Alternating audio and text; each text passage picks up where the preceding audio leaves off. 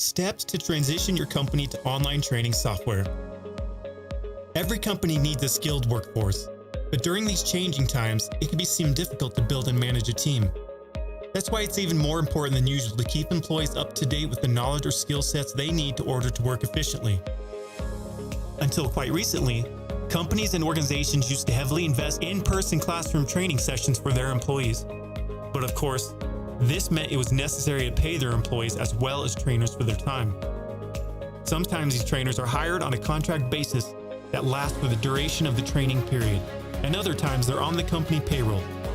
In ordinary times, this option is still available, but it's more costly than online training software. With the increased use of online training software, this scenario has changed completely. To save on the overall cost of training employees, companies are now moving to online systems. This allows them to efficiently onboard and train their employees, whatever the subject matter includes. But switching to a virtual training software from a traditional setup can first seem like an overwhelming task. It's better to move forward in a step-by-step manner with some clear planning. In this piece, we'll walk you through the various steps that are involved in transitioning to an online training software as you feel prepared. Set definite goals. Before anything else, set a goal for the transition process. This will help you put together the right team to help you achieve clear goals. During this step, you can set a timeline and milestones for meeting goals and objectives.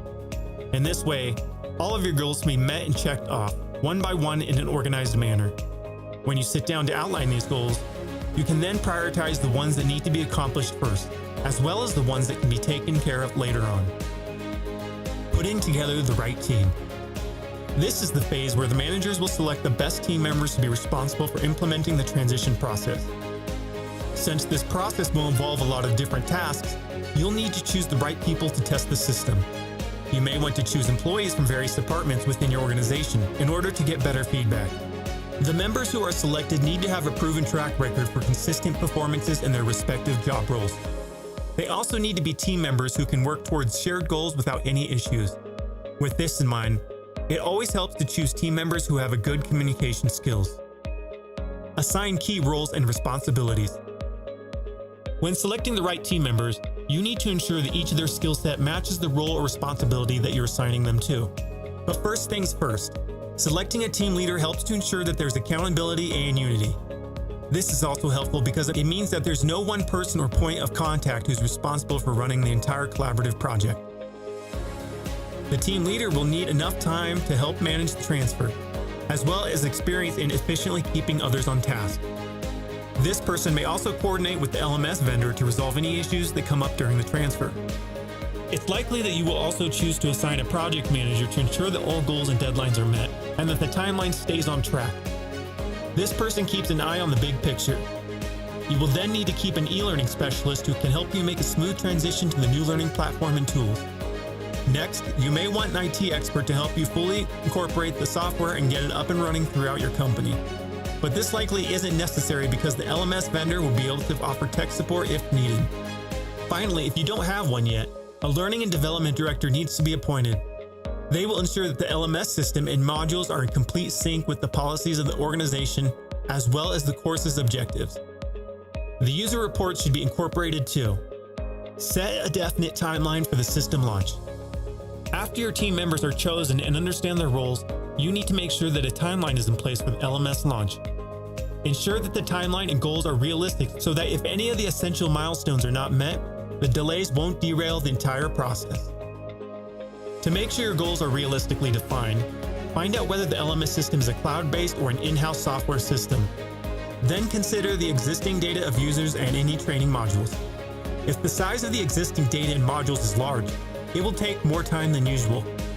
Schedule a call to meet with the LMS vendor and their IT experts to figure out the approximate amount of time that they may be needed for the transition. Planning the data transfer. Take stock of the amount of data that needs to be transferred to the new training system. At this time, you may choose to let go of any obsolete data and only migrate the data that is absolutely necessary. Having said that, you may want to consult with your legal team to check which records need to be preserved. When planning the data transfer, have your current system examined by the IT team to check which components are compatible, incompatible, and the amount of data that can be transferred or integrated into the new system. Testing the online training software. Once the new system has been installed in some areas of the company, it's time to give it a trial run. This means testing the system and its modules to get the hang of its features. Have a small group handle the testing.